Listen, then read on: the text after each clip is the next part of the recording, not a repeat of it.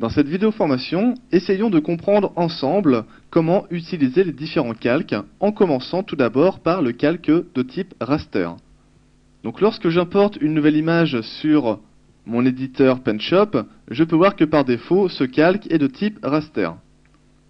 Donc ce genre de calque est en fait le calque que vous allez utiliser le plus souvent en utilisant PenShop Pro, c'est-à-dire c'est un calque sur lequel vous allez travailler sur des pixels. Actuellement, l'image que je vois ici représentant des fleurs et qui est positionnée donc sur mon calque raster est composée de plusieurs pixels. Pour apercevoir ces différents pixels, je vais devoir utiliser soit le zoom, ou alors garder la touche Alt de mon clavier, appuyer et utiliser la roulette de ma souris pour zoomer vers l'avant. Si je zoome énormément, comme c'est le cas ici, je peux voir que les contours de mon image sont composés en vérité de plusieurs petits carrés de couleurs. Donc ces petits carrés sont ce qu'on appelle des pixels. Et l'avantage de ces pixels, c'est que si je reviens en arrière, et que je vais pouvoir donc travailler sur des formes complexes, ici comme par exemple les fleurs, mais le gros inconvénient est que si je cherche à agrandir mon image en l'étirant, je vais perdre énormément en qualité.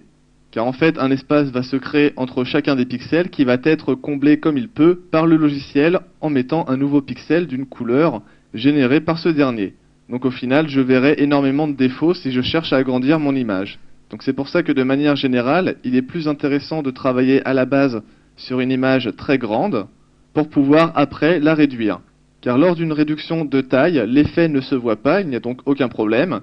L'effet est simplement présent lorsque l'on cherche à étirer une image.